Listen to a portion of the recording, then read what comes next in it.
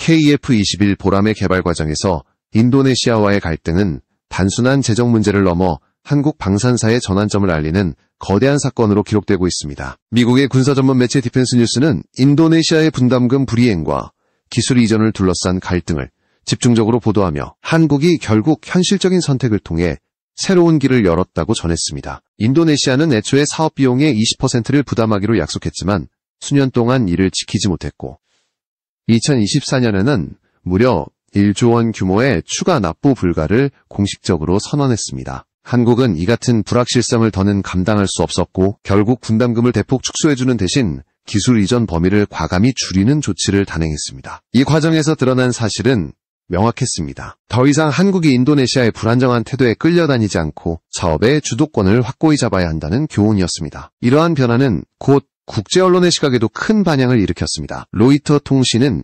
인도네시아 내부의 정치적 변수, 특히 민족주의적 여론의 확산이 KF-21 협력을 흔들었다고 지적했습니다. 인도네시아 내부에서는 외국 전투기에 의존하기보다 독자적 전투기를 개발해야 한다는 목소리가 커졌습니다. 그러나 이는 현실과는 거리가 먼 요구였습니다. 산업 기반도 기술력도 부족한 상황에서 독자 개발은 사실상 불가능했습니다. 결국 인도네시아는 공동개발국이라는 명분만 남긴 채 실질적인 참여도와 신뢰를 동시에 잃고 말았습니다. 한국은 이를 단순한 결별이 아닌 정리 과정으로 받아들였고 불안정한 파트너십을 정리하면서 오히려 더 큰 도약의 발판을 마련했습니다. 한때는 아시아 두 나라가 손잡고 미래 전투기를 만든다는 상징성에 전 세계가 주목했지만 현실은 냉혹했습니다. 분담금 불이행, 기술 분쟁, 정치적 갈등이 이어지면서 협력의 기반은 무너졌습니다. 하지만 한국은 이를 위기로 여기지 않았습니다. 오히려 발목을 잡던 요인을 제거하면서 독자적 시장 개척과 글로벌 신뢰 확보라는 더 큰 목표로 나아가기 시작했습니다. 해외 매체들도 한 목소리로 지적했습니다. 한국이 인도네시아의 눈치를 보지 않고 독자 노선을 택한 순간 사업의 불확실성은 사라지고 오히려 기술 주도권과 방산 외교의 폭이 넓어졌다고 말입니다.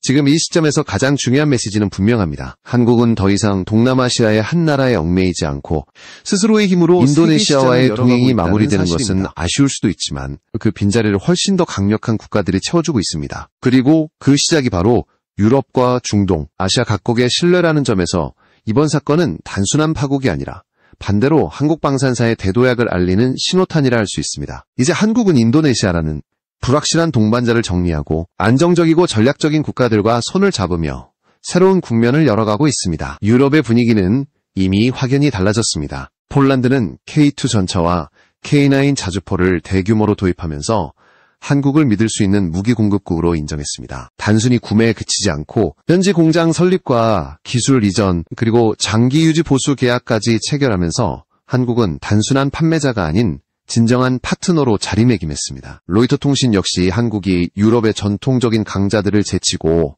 폴란드 방산 시장에서 성과를 냈다고 보도했을 정도입니다. 이는 한국이 유럽 무기 시장의 변방이 아닌 중심으로 들어섰다는 사실을 분명히 보여줍니다. 체코와 슬로바키아에서도 유사한 흐름이 나타나고 있습니다. 현지 언론은 체코군의 노후 전차를 아예 한국산으로 교체해야 한다는 주장을 내놓고 있습니다. 과거 미국이나 독일 무기에만 의존하던 동유럽 국가들이 이제 한국을 새로운 해법으로 바라보고 있는 것입니다. 특히 냉전 시절 소련제 무기를 사용하던 국가들이 한국산 무기로 갈아타고 있다는 점은 단순한 장비 교체를 넘어 안보 패러다임이 전환되고 있다는 강력한 증거입니다. 한국 무기가 단순한 대체제가 아니라 이들 국가의 안보 구조 자체를 바꾸는 중심축이 되고 있는 셈입니다. 중동의 변화는 더욱 극적입니다. 아랍에미리트는 KF-21 시험 비행을 직접 참관하며 깊은 관심을 보였습니다. 특히 야간 공중구비 시험이 성공했을 때 기존의 미국제나 프랑스의 전투기만 운용하던 아랍에미리트가 한국 전투기 도입을 본격적으로 검토하기 시작한 것은 세계 방산업계에 큰 충격을 주었습니다. 미국 군사 전문 매체 아미 레커그니션은 중동 국가들이 한국식 맞춤형 기술 협력과 장기 패키지 지원 모델에 매력을 느끼고 있다고 분석했습니다. 즉, 단순한 기체 판매가 아니라 훈련, 정비, 기술 협력까지 모두 포괄하는 패키지를 제안함으로써 한국은 신뢰와 안정성을 중시하는 중동 시장에서도 강력한 경쟁력을 확보하게 된 것입니다. 이러한 흐름 속에서 인도네시아의 공백은 오히려 한국에게 새로운 기회로 작용하고 있습니다. 불안정한 파트너십에서 벗어난 지금 한국은 더욱 빠르고 안정적으로 개발에 집중할 수 있는 환경을 갖추었습니다. 불필요한 정치적 변수에서 자유로워지면서 사업의 속도는 빨라지고 신뢰할 수 있는 수요처가 점점 늘어나고 있습니다. 결과적으로 한국은 인도네시아를 대신해 훨씬 더 크고 확실한 시장을 얻고 있으며 이는 KF21 사업의 성공 가능성을 한층 더 높이고 있습니다. 한국방산의 새로운 도약은 단순히 무기 수출 규모의 확대로 끝나는 것이 아닙니다. 가장 중요한 점은 한국이 이제 더 이상 다른 나라의 기술에 의존하지 않고 독자적으로 핵심 전투기 개발을 완성할 수 있는 능력을 입증하고 있다는 사실입니다. KF21 보람에는 레이더, 전자전 장비, 적외선 탐지 장비 등 항전 장비의 국산화율이 이미 65%를 넘어섰습니다. 이는 단순히 부품을 조립하는 수준이 아니라 설계부터 생산, 시험과 검증에 이르기까지 한국 스스로의 기술이 핵심을 차지하고 있다는 의미입니다. 앞으로 엔진 개발까지 성공한다면 KF21은 100% 한국의 손으로 만들어낸 전투기가 될 것입니다. 이는 전 세계적으로도 극소수 국가만이 달성한 위협입니다. 해외 언론도 이러한 성과를 높이 평가하고 있습니다. 과거에는 한국이 단순히 미국산이나 유럽산 기술을 받아들여 무기를 생산한다는 인식이 강했지만 이제는 전혀 다른 시각이 자리 잡았습니다. 한국은 더 이상 신흥 방산국이 아니라 글로벌 무대에서 주도권을 쥔 새로운 강자로 평가받고 있습니다. 인도네시아와의 결별은 불가피한 과정이었을지 몰라도 그로 인해 한국이 스스로의 힘을 입증할 기회를 얻게 된 것입니다. 이 과정에서 한국은 자신감이라는 가장 큰 무기를 얻었습니다. 공동개발국 없이도 스스로 완성할 수 있다는 자신감이야말로 앞으로 한국 방산이 흔들리지 않고 나아갈 수 있는 기반입니다. 또한 이번 과정을 통해 한국은 방산 외교 자원을 훨씬 더 효율적으로 사용할 수 있게 되었습니다. 인도네시아처럼 설득이 어렵고 불확실성이 큰 파트너를 붙잡느라 시간과 자원을 낭비하기보다 안정적이고 신뢰할 수 있는 국가들과 협력에 집중하는 것이 훨씬 현명한 선택이라는 사실을 증명했습니다. 실제로 폴란드와 아랍에미리트 같은 국가들이 보여준 적극적인 반응은 인도네시아의 공백을 충분히 메우고도 남습니다. 이제 한국은 더 이상 다른 나라의 선택을 기다리는 수동적 위치에 있지 않습니다. 오히려 각국이 한국을 찾아올 수밖에 없는 구조를 만들어낸 것입니다. 이제 한국의 방산은 단순히 무기를 수출하는 단계를 넘어섰습니다. 기술을 제공하고 현지 생산 기반을 구축하며 장기적 유지 보수와 군사 협력까지 함께 묶어내는 종합적 모델로 발전했습니다. 이러한 변화는 세계 시장에서 한국의 존재감을 확실히 각인시키고 있습니다. 과거에는 상상하기 어려웠던 상황, 즉 유럽과 중동의 강국들이 한국을 전략적 파트너로 인정하는 시대가 열린 것입니다. KF21 보람에는 그 상징적인 결과물로서 앞으로 한국이 세계 5대 항공방산 강국으로 도약하는데 결정적인 역할을 하게 될 것입니다. 아시아 지역에서도 한국의 위상은 빠르게 높아지고 있습니다. 태국은 이미 중국산 호위함을 전량 퇴역시키고 한국산으로 교체하겠다는 움직임을 보이고 있습니다. 이는 단순한 무기 교체가 아니라 중국산 무기에 대한 불신과 한국산 무기에 대한 신뢰가 동시에 반영된 결과입니다. 필리핀 역시 한국산 호위함과 FA-50 전투기를 도입하며 실질적인 성과를 거두었고 방글라데시 또한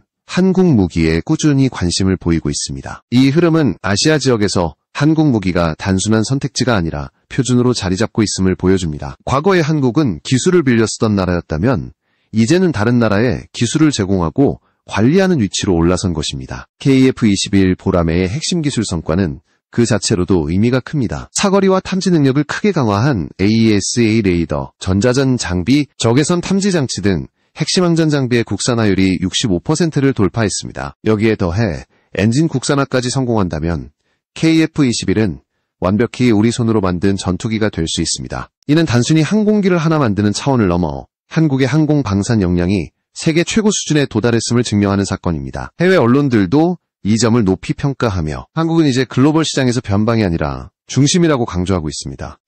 인도네시아와의 결별은 결과적으로 현명한 선택이었음을 세계가 확인하고 있습니다. 불확실한 파트너와 억지로 동행하는 대신 안정적이고 전략적인 국가들과 손잡는 것이 훨씬 더 나은 길이라는 점이 증명된 것입니다. 실제로 한국은 이미 유럽, 중동, 아시아에서 확실한 성과를 쌓아 올리고 있으며 KF21 보람에는 그 중심에서 상징적인 무기로 자리 잡아가고 있습니다. 인도네시아가 남긴 공백은 결코 손실이 아니었습니다. 오히려 한국은 그 빈자리를 통해 더 확실한 시장, 더 안정적인 파트너십, 그리고 더 높은 신뢰를 얻게 되었습니다. 지금 한국은 자신감과 함께 새로운 국면을 맞이했습니다. 유럽에서는 폴란드가, 중동에서는 아랍에미리트가 아시아에서는 태국과 필리핀이 한국의 확실한 동반자로 나서고 있습니다. 이 흐름은 한국이 단순한 무기 수출국을 넘어 세계가 인정하는 방산 주도국으로 각인되는 과정입니다. 결국 이번 사건이 남긴 메시지는 분명합니다. 한국은 더 이상 주변의 도움이 필요하지 않습니다. 오히려 세계가 한국과 협력하기 위해 찾아오는 시대가 열린 것입니다. 그리고 그 중심에는 한국이 독자적으로 만들어낸 자부심의 결정체 KF-21 보라매가 자리 잡고 있습니다. 하지만 이야기는 여기서 끝나지 않습니다. 인도네시아 내부에서는 뜬금없이 한국의 K9 자주포 도입 요구가 제기되고 있습니다. KF-21 분담금 문제로 신뢰가 바닥을 친 상황에서 정작 인도네시아가 다른 한국산 무기를 탐내고 있다는 사실은 모순적이면서도 뻔뻔하게 비칠 수밖에 없습니다. 인도네시아는 중국과의 영유권 분쟁, 해적 문제 등으로 군 현대화를 서두르고 있지만 KF-21 갈등을 전혀 해결하지 않은 채 또 다른 무기 구매를 논의하는 것은 국제사회에서도 설득력을 얻기 어렵습니다. 특히 최근 인도네시아 기술진의 기술 유출 사건을 조사하던 한국 경찰이 관련 인물들을 검찰에 송치하면서 양국 관계는 최악으로 치달았고 인도네시아 대통령이 동아시아 순방에서 한국만 의도적으로 제외한 일은 불편한 감정을 그대로 드러낸 사례였습니다. 현재 인도네시아가 보유한 자주포 전력은 50문 이상의 세자르 자주포와 30문 이상의 M109A4 자주포가 전부입니다. 하지만 M109A4는 이미 구형으로 사실상 전력 가치가 떨어지고 세자르 자주포는 차륜형 구조로 기동성과 활용 면에서 한계가 뚜렷합니다. 병력 규모가 40만 명이 넘는 인도네시아 입장에서 이는 턱없이 부족한 전력입니다. 반면 한국의 K9 자주포는 궤도형 차체를 기반으로 어떠한 지형에서도 뛰어난 기동성을 발휘하며 강력한 화력과 빠른 발사 속도를 자랑합니다. 사거리 역시 경쟁 모델보다 최소 10km에서 많게는 20km 이상 더 길어 적의 상륙군을 해안에 접근하기 전에 타격할 수 있습니다. 이런 차별화된 성능은 인도네시아가 군 현대화 과정에서 반드시 고려할 수밖에 없는 요소입니다. 그러나 한국 입장에서 중요한 점은 성능이 아닙니다. 아직 매듭짓지 못한 KF-21 분담금 문제와 기술 유출 사건이 존재하는 한 인도네시아와의 신뢰 회복은 사실상 불가능합니다. 이런 상황에서 K9 자주포 도입 요구는 한국 국민들에게는 납득하기 어려운 요구일 수밖에 없습니다. 한국 정부와 군 당국도 명확히 입장을 정리할 필요가 있습니다. 조건 없는 무기 판매는 있을 수 없고 과거의 문제를 해결하지 않는다면 새로운 협력은 불가능하다는 메시지를 분명히 해야 합니다. 인도네시아와의 관계는 감정적으로 끊어낼 필요는 없지만 분명히 짚고 넘어가야 할 선이 있다는 점에서 이번 사안은 한국 방산 외교의 중요한 시험대가 되고 있습니다. 동남아시아 전체로 시야를 넓히면 K9 자주포에 대한 관심은 인도네시아만의 이야기가 아닙니다. 필리핀, 베트남, 심지어 인도네시아까지 공통적으로 K9을 필요로 하는 이유는 단 하나, 바로 중국 견제입니다. 필리핀은 남중국해 문제에서 가장 앞장서 중국과 대립하고 있으며 베트남은 국경을 직접 맞대고 있는 만큼 군사적으로 중국과 오랜 갈등을 이어왔습니다. 인도네시아 역시 나토나 제도 문제로 중국과 충돌을 겪고 있습니다. 이들 국가가 한국의 K9에 주목하는 것은 단순히 자주포 한 기종의 도입이 아니라 중국의 군사 팽창을 억제하기 위한 전략적 카드로서 가치를 평가하고 있기 때문입니다. 실제로 동남아시아 국가들이 K9을 도입한다면 두 가지 핵심 전술적 효과를 얻을 수 있습니다. 첫째, 필리핀이나 인도네시아처럼 섬이 많은 국가에서는 중국군의 상륙을 저지하는 과정에서 K9의 장거리 화력이 절대적으로 필요합니다. 적 상륙군이 해안에 도달하기 전에 원거리에서 차단 사격을 가할 수 있다는 점은 아군의 피해를 최소화하는 데 결정적입니다. 둘째, 베트남처럼 국경을 맞댄 국가는 K9을 국경지대에 배치함으로써 중국군의 움직임을 직접 견제할 수 있습니다. 이미 인도의 국경 분쟁에서 K9이 중국산 자주포를 압도한 사례가 증명되었듯 K9은 중국 무기의 한계를 드러내며 전장을 지배할 수 있는 힘을 보여주고 있습니다. 이러한 흐름은 한국에게 단순한 무기 수출 이상의 의미를 지닙니다. K9이 동남아시아 전역에 배치된다면 그것은 곧 하나의 포위망이 구축된다는 의미이며 중국의 군사적 팽창을 억제하는 국제적 연대가 형성된다는 뜻입니다. 더 나아가 한국은 단순히 무기를 제공하는 국가가 아니라 인도태평양 지역 안보 질서를 주도하는 핵심 세력으로 부상하게 됩니다. 이미 미국이 베트남의 F-16 판매를 논의하는 것도 같은 맥락입니다. 정치체제와 관계없이 중국 견제를 위해 전략적 거점을 강화하려는 흐름 속에서 한국 역시 중심축으로 자리 잡고 있는 것입니다. 결국 KF-21과 K9을 둘러싼 이번 일련의 사건들은 한국 방산사의 변곡점으로 기록될 것입니다. 인도네시아와의 불안전한 협력 관계가 정리된 자리에 더 신뢰할 수 있는 국가들이 들어섰고 한국은 불확실성에서 벗어나 독자적 기술력과 시장을 동시에 확보하게 되었습니다. KF-21은 한국의 항공 기술 자립을 상징하며 K9은 지상 전력에서 세계가 인정한 명품 무기로 자리 잡았습니다. 한국은 더 이상 선택을 기다리는 나라가 아닙니다. 오히려 세계가 협력을 원하고 찾아오는 나라, 방산 외교의 주도국으로 당당히 서 있습니다. 이번 사건은 한국이 세계 5대 항공, 방산 강국으로 도약하는 길목에서 반드시 거쳐야 할 과정이었고 이제 그 길이 눈앞에 뚜렷이 열리고 있습니다. 이번 과정을 통해 드러난 진실은 한국 방산이 더 이상 단순한 무기 판매업자가 아니라는 점입니다. 한국은 무기를 설계하고 생산하며 유지하고 심지어 협력국의 군사 전략까지 함께 설계할 수 있는 수준으로 올라섰습니다. KF-21 보라매는 한국 항공 방산 기술의 결정체이고 K9 자주포는 이미 세계 각국에서 그 성능을 입증한 지상전력의 표준입니다. 여기에 더해 K2 전차, K239, 천무 다연장 로켓, FA-50 경공격기까지 포함한 한국 무기체계는 종합적이고 균형 잡힌 전력 패키지를 이루고 있으며 이는 세계 어느 국가와 비교해도 뒤처지지 않는 경쟁력을 제공합니다. 과거 한국이 해외 기술을 들여와 따라가던 시대는 완전히 끝났습니다. 이제는 다른 나라가 한국의 기술을 바라보며 손을 내미는 시대가 시작된 것입니다. 특히 이번 인도네시아 사태는 한국이 방산 외교를 어떤 관점에서 추진해야 하는지 명확하게 알려주었습니다. 불확실하고 신뢰할 수 없는 파트너에게 끌려다니기보다는 확실하게 신뢰할 수 있는 국가와 장기적 협력을 맺는 것이 더 효과적이라는 사실입니다. 인도네시아의 분담금 불이행과 기술 유출 문제는 한국의 뼈아픈 교훈을 남겼지만 동시에 방산 외교의 원칙을 바로 세울 수 있는 계기를 마련했습니다. 이제 한국은 협력 조건을 스스로 제시할 수 있고 주도권을 잃지 않으며 협상에서 강력한 발언권을 행사할 수 있습니다. 앞으로 인도네시아가 다시 한국의 문을 두드린다고 해도 과거와는 전혀 다른 협상 구도가 펼쳐질 것입니다. 한국은 더 이상 양보할 필요가 없는 강자의 입장에서 조건을 내걸 수 있는 것입니다. 이 모든 과정에서 한국 국민이 얻은 가장 큰 자산은 자부심과 자신감입니다. 우리 손으로 만든 KF-21 보라매가 하늘을 가르며 비행하는 순간 단순한 기술적 성과를 넘어 국가적 자존심이 세워졌습니다. 우리 군이 직접 개발한 K9 자주포가 전 세계에서 인정받는 순간 한국 방산의 신뢰도는 그 어떤 말보다 강력하게 세계 무대에 각인되었습니다. 방산은 단순히 무기를 수출하는 산업이 아니라 국가의 기술력과 경제력, 외교력이 결집된 종합적 힘입니다. 한국은 이번 사건을 통해 그 힘을 분명히 증명했고 이제는 세계가 한국을 새로운 리더로 바라보고 있습니다. 앞으로 한국이 나아가야 할 길은 더욱 분명합니다. KF-21의 엔진 국산화 완성과 양산 체계 구축, K9의 후속 발전형 개발, 차세대 무인기와 드론 전투기 분야로의 확장까지 한국은 이미 다음 단계로 나아가기 위한 준비를 하고 있습니다. 유럽, 중동, 아시아 국가들이 앞다퉈 협력을 원하고 있는 지금 한국은 방산 강국으로서